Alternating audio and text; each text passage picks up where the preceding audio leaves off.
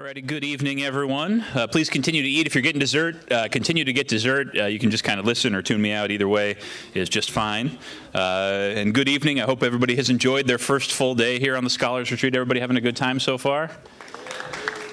There we go. There we go. Well, we've certainly enjoyed getting to know you, not to mention showing off, the amazing place that we get to work every day.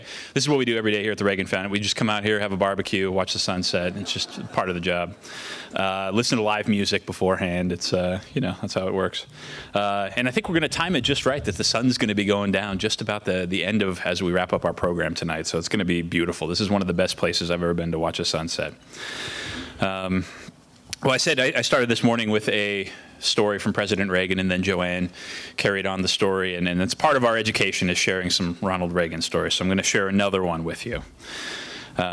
So there was this businessman who was traveling through the countryside, driving his car about 40 miles an hour down the road, and he looks out the window, and running down the road next to him is a chicken, just keeping up 40 miles an hour. Looks out the window, he's like, my goodness, that chicken's moving pretty quickly. And he's a little bit of a competitive guy, right? He's a salesman, type A personality. He's like, I'm not going to let a chicken beat me. So he steps on the gas a little bit, takes it up to about 50 miles an hour, looks out the window, that chicken speeds up just as fast as the car, and it's going, and he's kind of looking at it, and he's like, there's something a little different about that chicken.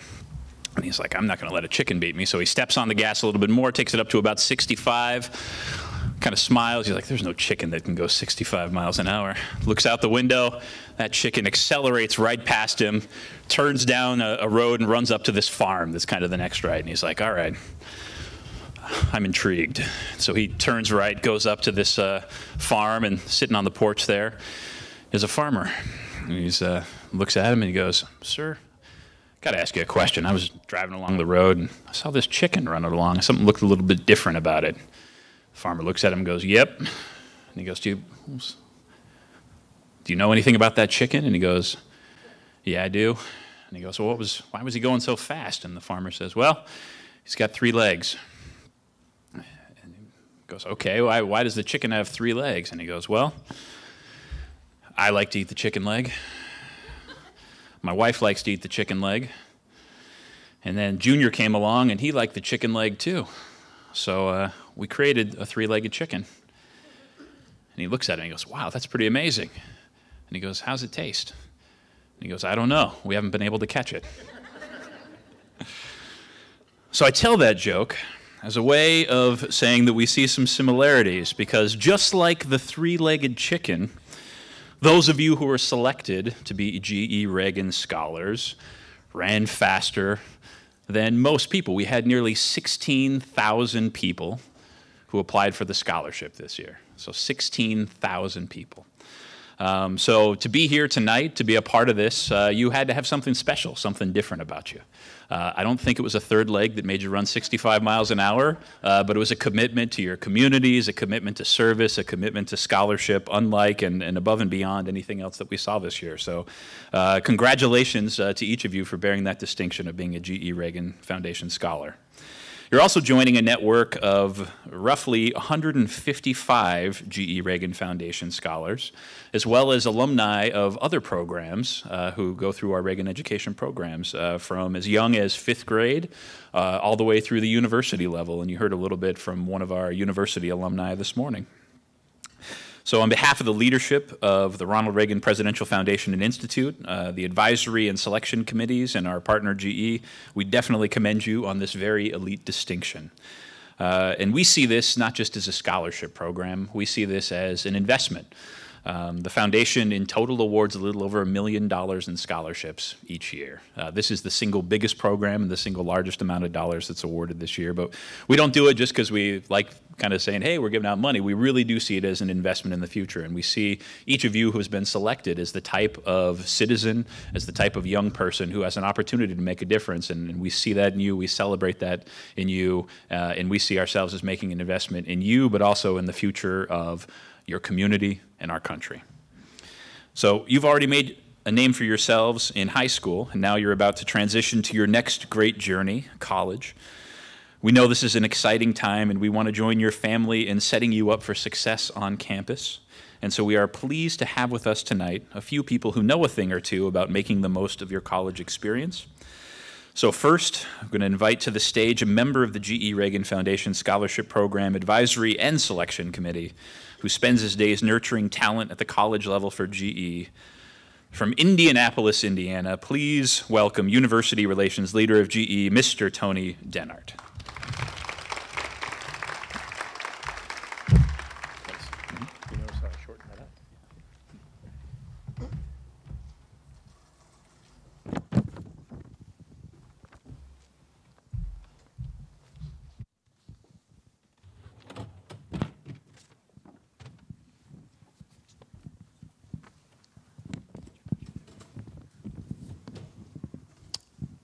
Tony, where'd you go? You going back to get some ice cream? Yes. Okay, good job. Well, first off, Tony, thank you. I really appreciate the intro, the background, and everything.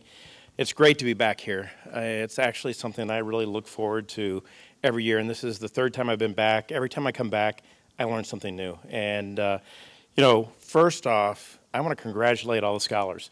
The words that Tony mentioned, it's, you know, I've just been blown away every single year as we go through all the applicants, and I reflect back both your times, and it's just, I could not compete with you. So hands down, job well done to the parents, right back to you too, job well done. So.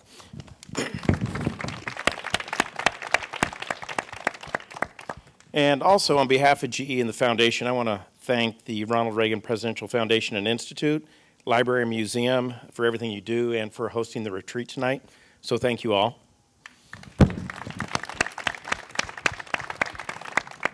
And to start us off here, I think maybe it'd be really nice if we got to know each other a little bit better. So Simon, could you maybe tell us a little bit about yourself, you know, before college, where you came from, what were you involved with, and so on? Yeah, of course. So I'm from Milwaukee, Wisconsin, and in high school, I was involved in a lot of stuff, but the main ones was high school research about zebrafish behavioral learning studies, and then also I was involved with a composting program at my high school that we started, and then also a fiddle group that I was in just for fun, playing some gigs on the side. And now I just finished my first year at UCLA studying bioengineering. Brittany, could you tell us a little bit about yourself too? Yeah, of course. Hi, everyone. My name is Brittany. I am originally from Sugar Falls, Ohio, which is about 40 minutes outside of Cleveland. I then shortly moved to Ohio State, where I studied nursing.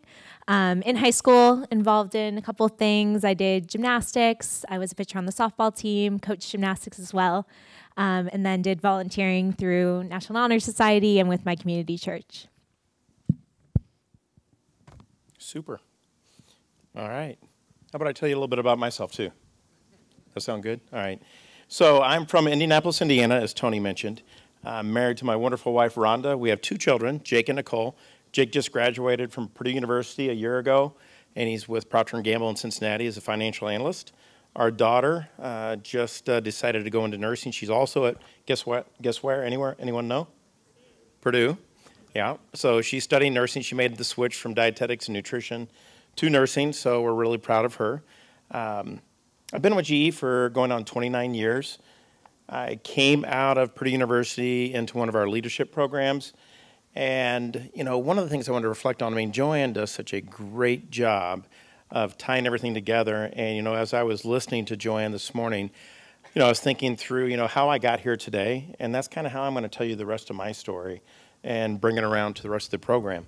So today in my job, I am the University Relations Leader, and that's really focused on hiring about 10,000 college students a year.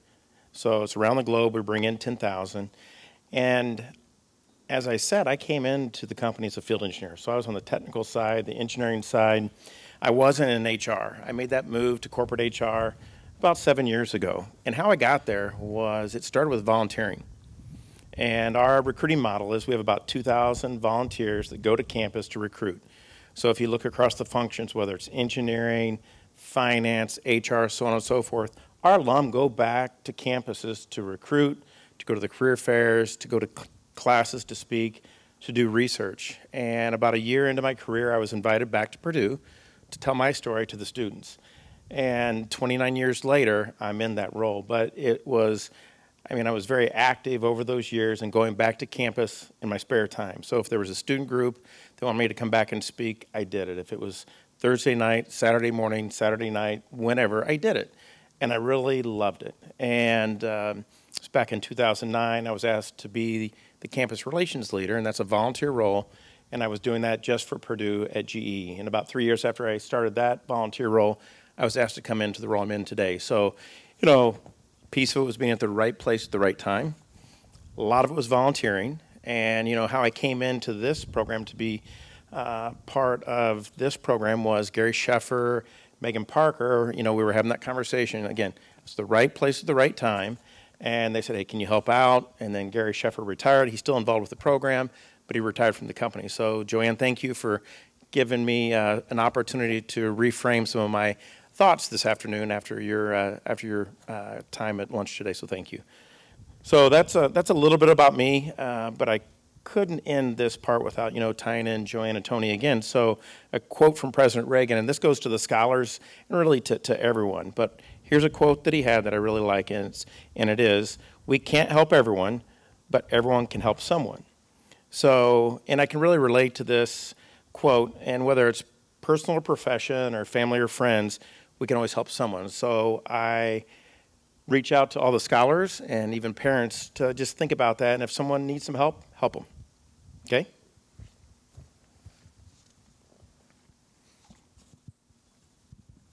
Simon, you recently wrapped up year one in college.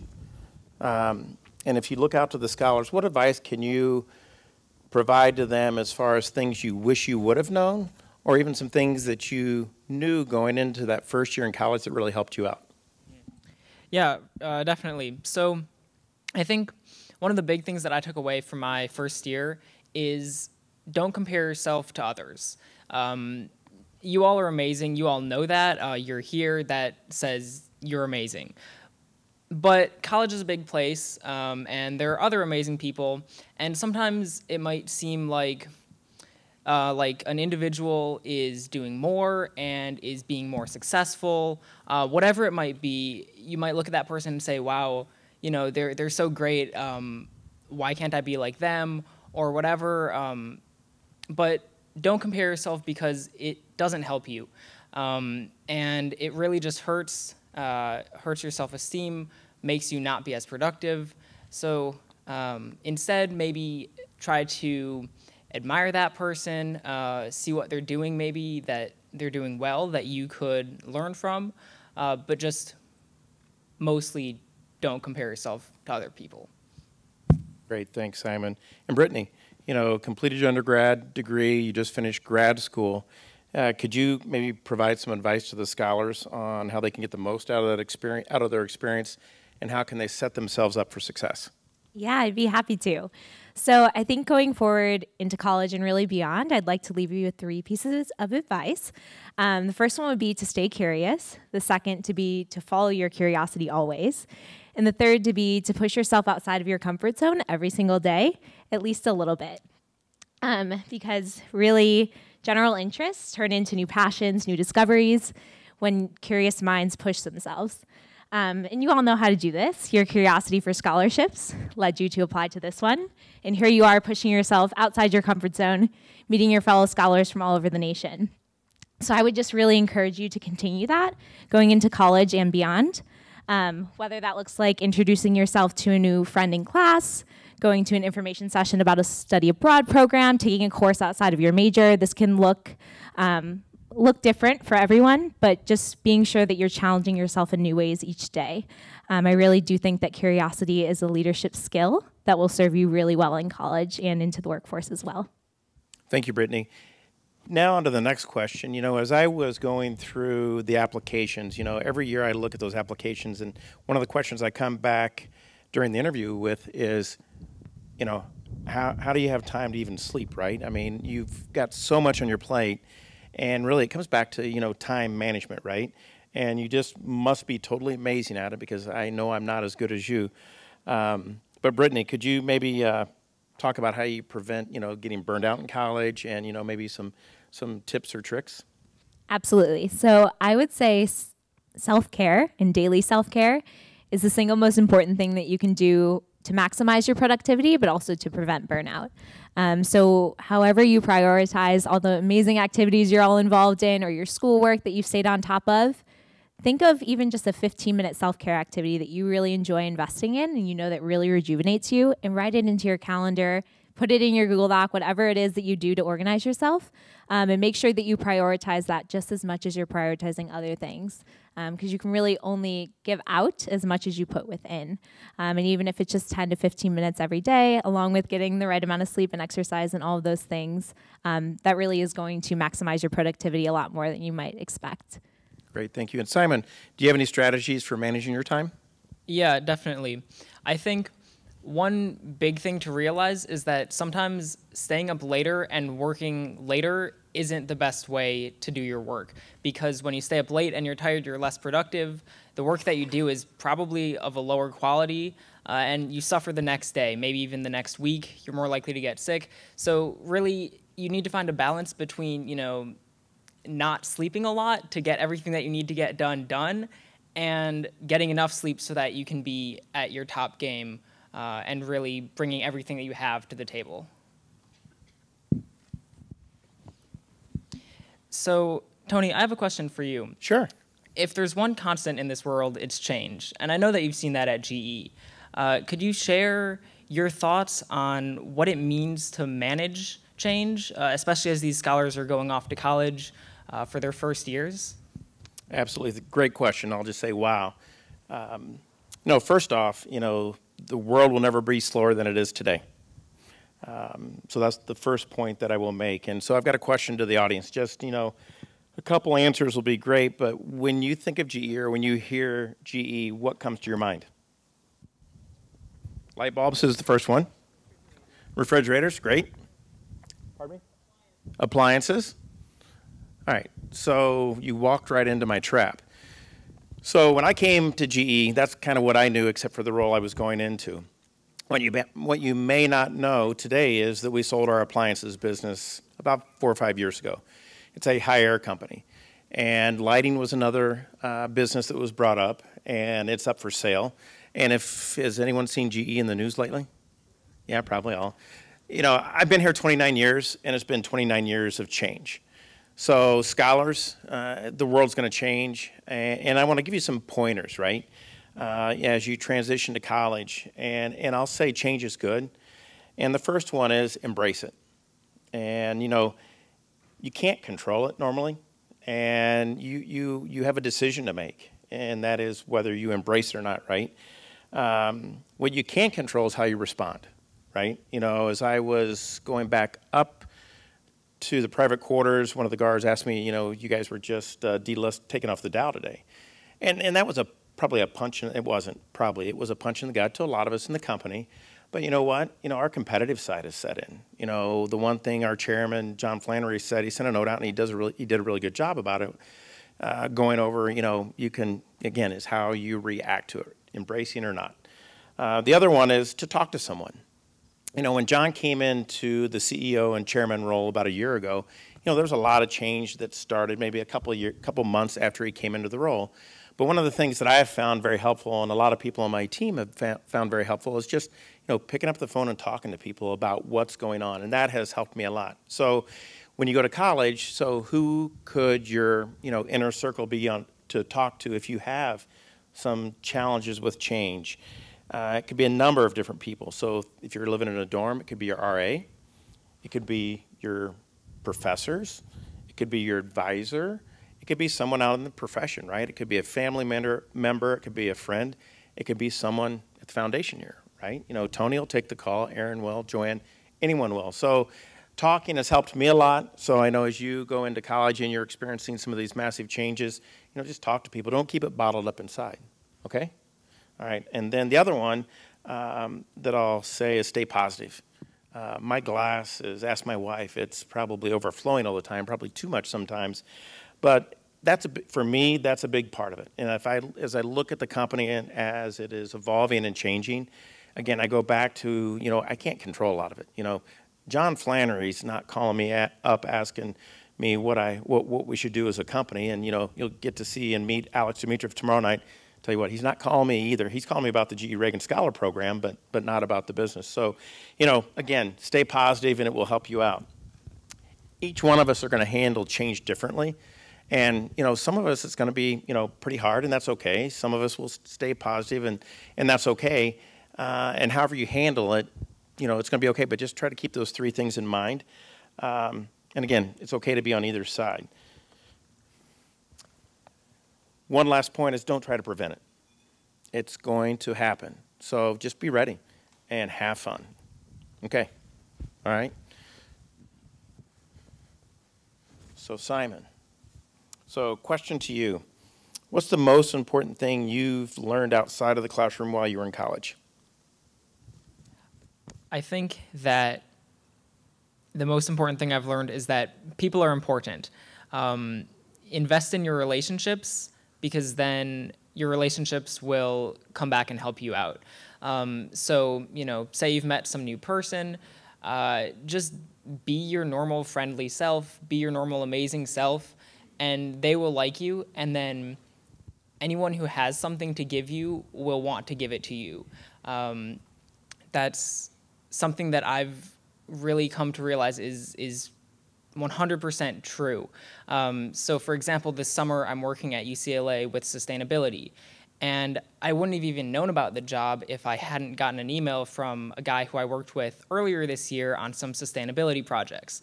But he thought of me and he said, hey, I'm going to forward this job offer to Simon because I think that he would do a great job, because he knows me, he knows that I do good work.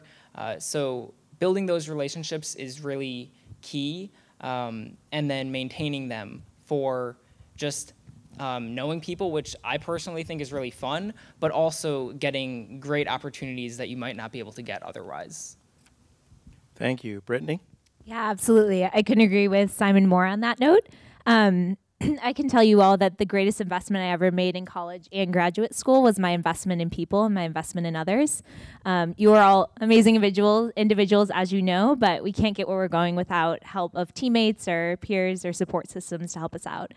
I think networking is especially important in two specific circumstances. One, when you're working on group projects or in teams. I've gone into group projects before when I'm in a stressed out mindset. It's finals week. I just got to get this done by the deadline. And I found that those group projects are not as enjoyable or productive. But when I actually take the time to get to know my teammates, get to know where they're coming from, they invest in me a little bit, it's a lot easier to see where they're coming from, and you actually might be able to identify some strengths and weaknesses pretty quickly in yourself and in them to work more productively together. So I would keep that in mind. Second piece of advice for networking would be reach out to people who seem very different than you, whether that's having different viewpoints, whether that's classmates that you find from different parts of the nation, from different parts of the world. Some of my best friends today and the people I found so many commonalities with are people that I thought were the most different from me when I met them at surface level. So just keep that in mind as you go and embark on your own networking journeys throughout college. And I think that will become increasingly important, especially in today's global economy, which brings me back to a question for Tony. You work at a large global company. I know we talked a lot about this last year at the Global Leadership Forum at GE Crotonville. Can you tell us what it's like to work for GE and why it's important to have a global mindset? Absolutely, Brittany. Thank you for the great question. So just to kind of level set everyone, GE has about 300,000 employees around the globe. That spans, greater than probably 175 countries. So just to kind of give you an idea of the size of the company if you didn't know already. But let me bring it back down to my team. So my team globally is about 40 people. So we just went from 300,000 to 40 people. So it got really small, really fast. And it doesn't feel like a 300,000 employee company spanning 175 countries around the globe. With that said, what's really great about having the size that we have, it allows us to do a lot of different things that smaller companies couldn't do. So as you go into college, it could be a college that consists of 50,000 students or 5,000 students. Again, depending where you're going, that 50,000, goes away really, really quick. I mean, look at Stanford, large school, but really at the end of the day, it gets really small. You know, some of those early classes are going to be larger, but at the end of the day, it gets small really fast. So that kind of will bring me around to, you know, that global mindset. I feel a lot of people feel that it's a prerequisite today. And I'm going to tell you why here in a little bit with an example from GE. But, you know, I look at a lot of you from the scholar standpoint, and what I've loved about this program is you get a lot of folks either majoring in poli-sci or minoring in it. I didn't do that. And today, you know, Export-Import Bank, there's a lot of policy that impacts business. And if I knew what I knew today, 29 years ago, let's go back really 33 years ago, I would have taken a poli-sci class or two. I just think it would have prepared me more. Oh, you like that? All right, good. It just would have better prepared me. So when you look at the global mindset, if you look at when I started with GE, 70% of our business was derived in the United States. Any guesses on how much is derived outside of the U.S. today? About. You got it right, 70%. So the growth is coming from the emerging countries. And we've got to be able to, you know, dance and work together globally. So having that global mindset, again, is a prerequisite for success no matter where you're at, whether in your academia or industry. So I highly encourage you to get that global mindset in some form or fashion. A lot of you will study abroad, which is great, but there's a lot of ways to get that global mindset even if you don't go outside of the country. Brittany was talking about getting to know people. Get to know people you don't know. That look different. Just get to know them, and it will help you prepare yourself for the future. So with that, we're coming up on the end. So, you know, each one of us are going to, you know, provide a few parting comments, words of wisdom to everyone. So, Simon, would you like to start? Yeah, so I guess my final thoughts, so college is really wonderful. It's awesome. It's so much fun, but it's also going to be super busy, probably pretty stressful at times. It's not the same as high school. It's a whole nother level. And sometimes you might feel like, okay, you know, these next 4 years or, you know, these next 8 years, however long your next education kind of segment is, you know, it's going to just be a grind. I'm going to be grinding through this. I'll make it through. I'll do all my classes, study really hard, you know, I can live later. But that's false. Don't think that, don't fall into that trap, because you should be living every single day, even when you're in college and you do have to grind and get all those assignments done. Make sure that you are living. That's what I would say. Remember that. I love that piece of advice. Definitely very applicable.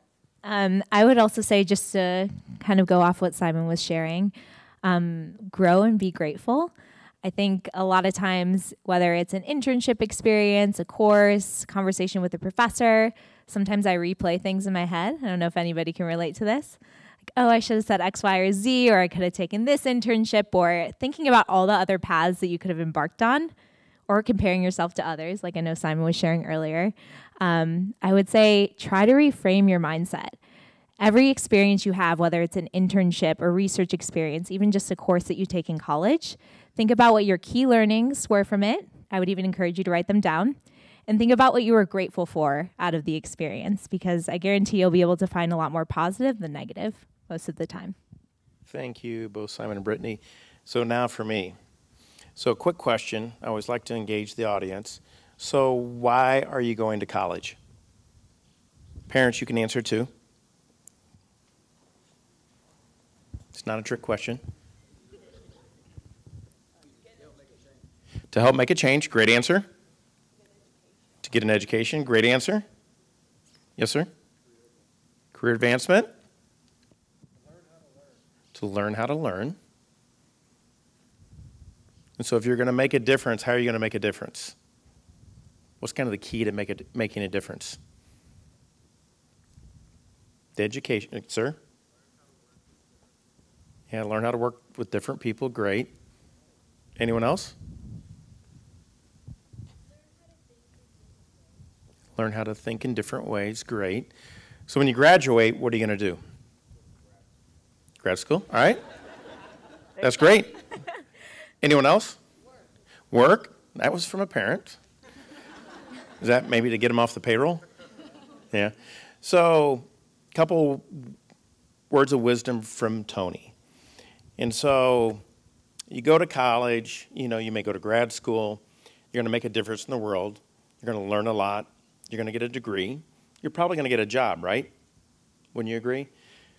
So to do that, you want to best set yourself up for success. And so here are a couple things that I wish I would have done a little bit better, especially on the first two. Last one I did, but sit in the front of the room. When you go to class, get to know the professor. Let that professor see your face. Office hours, go to them. You know, even if maybe you think you got it, but maybe you don't have it, go to the office hours. When you get to know the professor, here's what will likely happen. So let's just say you're walking up on a B. You have 79.8%. I have talked to faculty after faculty, and I've asked the question off the record, hey, if I did everything I just said and I came to talk to you, what's the likeliness that you'll push me from a C to a B? Every time they said they would. You might have to do a little extra work, but if they know you, you sit in the front of the classroom, you show up to class, show up every single time. It will pay off. The other thing is, I've got something I want you to do. And it really doesn't matter if you're going on to grad school, if you're going on to, you know, a job after college or whatever, but go to your career center. If you haven't been to your career center already at your respective university or college, go there day one. I highly encourage you, I beg you to go to the career fair that's going to be anywhere from 2 to 4 weeks from when you start, and go there to get a job. You know, a lot of companies are hiring freshmen today. You know, odds are not the best, but it's like riding a bicycle.